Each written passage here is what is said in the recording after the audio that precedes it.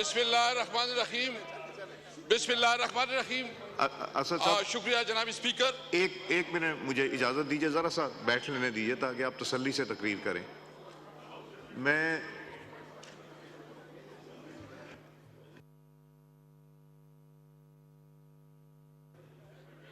یہ نہیں، اسد صاحب بات کر رہے ہیں.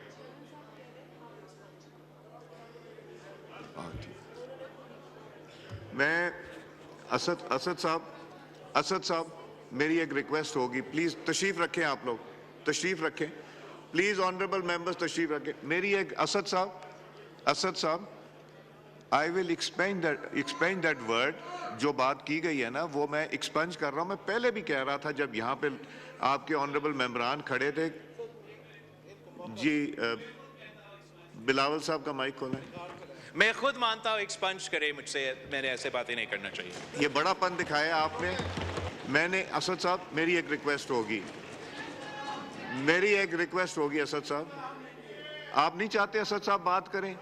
چلیں نہیں کرتے، نہیں وہ کہہ رہے نہ کریں اسد صاحب.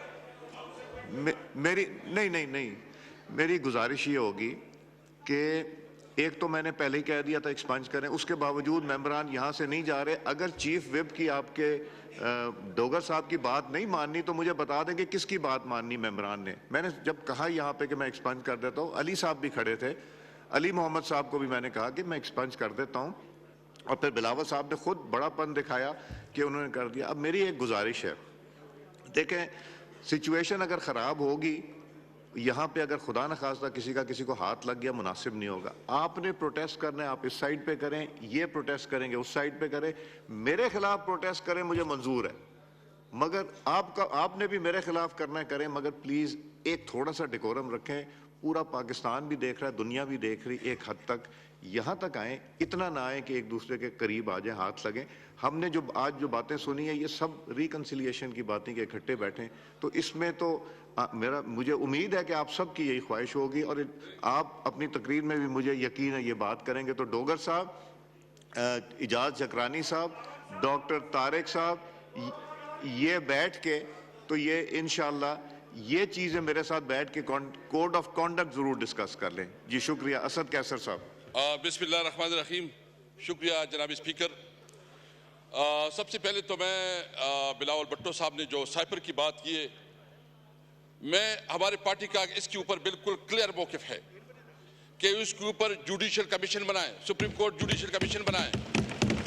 اگر آپ تیار ہیں تو اس پہ جوڈیشل کمیشن بنائیں.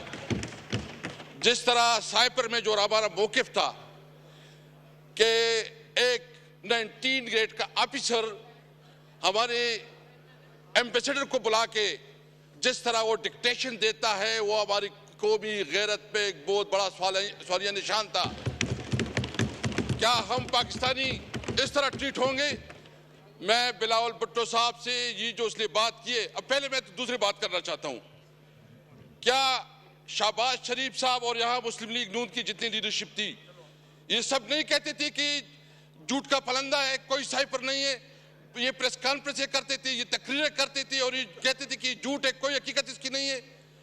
پھر اس سائپر کو بنیاد بنا کے عمران خان کے خلاف جس طرح اس کو سزائیں دی گئی، جس طرح عدالت کا، یعنی مجھے تو سمجھ نہیں آ رہی کہ ایک دن میں 11 گھنٹے عدالت کی پروسیڈنگ چلتی ہے، 14 گھنٹے جو ہے نا عدالت کی پروسیڈنگ چلتی ہے، اور مقصد یہ ہے کہ کسی طرح گن پوائنٹ سے جج کے اوپر گن پوائنٹ سے اس کو سزا دلائی جاتی ہے.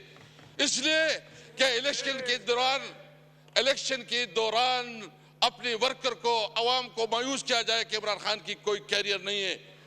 عوام نے دکھا دیا.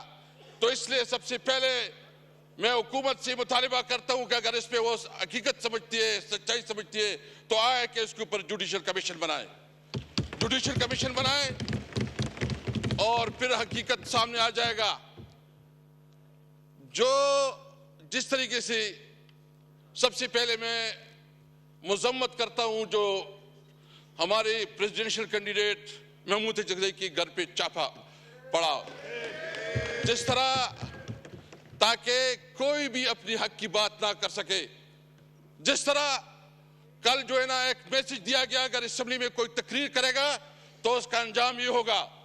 میں ان لوگوں کو یہ بات واضح کرنا چاہتا ہوں، وہ ڈر اور خوف کا وقت گزر چکا ہے، ہم تمام حالات سے نکل چکے ہیں۔ ہم آپ دیکھیں، ہم قانون اور آئین کو ہم نے ساری عمر، میں نے عمران خان کے ساتھ 29 سال گزارے۔ میں نے اس وقت جب اس کو جوائن کیا تو اس وقت بنیادی مقصد یہ تھا کہ پاکستان میں قانون کی حکمرانی ہو۔ میں نے جو اس کے ساتھ جوائن کیا تو اس وقت تھی کہ ہماری کنسٹیٹیوشن سپریم ہوگی، سپریمیسی آف کنسٹیٹیوشن۔ جب ہم اس نے اس وقت جوائن کیا تو اس وقت مقصد یہ تھا کہ ہم عوام کو انصاف دلائیں گے، اور انصاف کے لیے ہماری جدوجہد تھی۔ 29 سال عمران خان کے ساتھ گزارے۔ عمران خان نے کبھی اصولوں پہ سودا بازی نہیں کی۔ ان کے لیے آسان تھا کہ وہ بھی ایگریمنٹ کرتا ملک سے باہر چلا جاتا، لیکن اس نے نہ وہ بھاگا ہے اور اس نے ڈٹ کے مقابلہ کیا۔ اس نے تمام آفر کیے اور انہوں نے فیصلہ کیا ہے کہ وہ اس ملک میں رہ کے حالات کا مقابلہ کریں گے۔ میں آپ کو کہتا ہے کہ انشاءاللہ تعالی نہ ہمارا لیڈر جھکے گا نہ ہم جھکے گے انشاءاللہ تعالی۔ اگر کسی کا یہ خیال ہے کہ عمران خان اس قسم کے ہتھ کنڈوں سے وہ اس کے اوپر آ جائے گا، کسی آفر کو قبول کرے گا یا کوئی کمپرومائز کرے گا، کوئی کمپرومائز نہیں ہوگی۔ ہمارا وہی مقصد ہے کہ پاکستان کے اندر قانون کی علم برداری ہو، آئین بالادست ہو، ملک میں ہم آزاد جوڈیشری چاہتے ہیں۔ تو اس لیے میں آج یہ واضح کرنا چاہتا ہوں، اگر کسی کی غلط فہمی ہے، یہ جو لوگ آئے ہیں یہ سارے کندن بن گئے، کندن، اس میں کوئی ڈرنے والا نہیں ہے۔ میں اس سیٹ پہ، جناب اسپیکر، میں اس سیٹ پہ رہا 3 سال۔ میرے جس طرح توہین اور تضحیک کی گئی، گھروں پہ چھاپے پڑے، گرفتار کیا گیا، آدھی رات کو اٹھایا جاتا تھا، دباؤ میں لایا جاتا تھا کہ اپنی پارٹی بناؤ، دباؤ میں لایا جاتا تھا کہ تحریک انصاف چھوڑو، اور دباؤ میں لایا جاتا تھا کہ پرویز خٹک کو شامل کرو۔ میں نے اس وقت یہ کہا تھا کہ میں نے زندگی سب سے زیادہ عمر عمران خان کے ساتھ گزاری ہے۔ میں اپنی غیرت اور اپنے کمٹمنٹ کی بنیاد پہ میں نے کہا کہ میں مر جاؤں گا، عمران خان کو نہیں چھوڑوں گا۔ لیکن میں یہ پوچھنا چاہتا ہوں کہ اگر اس قسم کے عہدوں کی بھی توہین آج میرے ساتھ، کل آپ کے ساتھ ہوگا، خدا نہ کرے، کیونکہ اگر عہدوں کی، میں نے اس کو کہا یہ آپ میری توہین نہیں کر رہے ہیں، آپ پاکستان کی توہین کر رہے ہیں، آپ پاکستان کی اس عہدوں کی توہین کر رہے ہیں، کیونکہ آپ کے سامنے جو ہم لوگ جو پالیٹیشین ہیں یہ بالکل آپ کسی طرح اتنا میں نہیں سمجھتے۔ اس لیے یہ بات بالکل واضح ہونا چاہیے۔ اور میں ایک اور بات بھی کرنا چاہتا ہوں کہ یہ صرف ابھی نہیں، ابھی ہماری شروعات ہو چکی ہے۔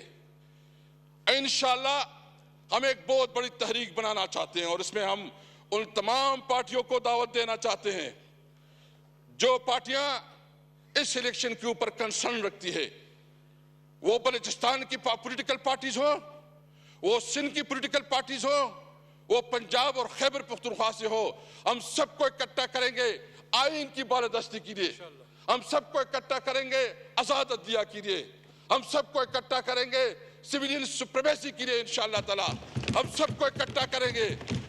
یہ بات بھول جائیں، یہ تو آغاز ہے۔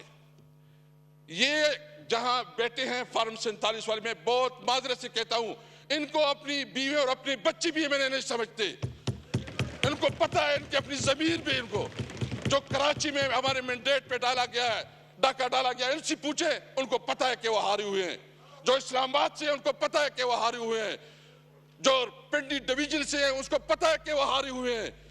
اس نے جو وزیراعظم بنایا کیا، اس وزیراعظم کی کوئی سے ہے، اس کی کوئی ویلیو ہے، اس کی کوئی اخلاقی قوت ہے؟ میں یہاں صاحب سے پوچھنا چاہتا ہوں کہ تھوڑی آپ کے اندر کوئی ضمیر جاگ رہا ہے کہ نہیں جاگ رہا؟ کوئی شرم، کوئی چیز محسوس ہو رہی کہ نہیں ہو رہی؟ آپ کس قسم کی جو ہے نا اس ملک کو اس بحرانوں سے نکالیں گے؟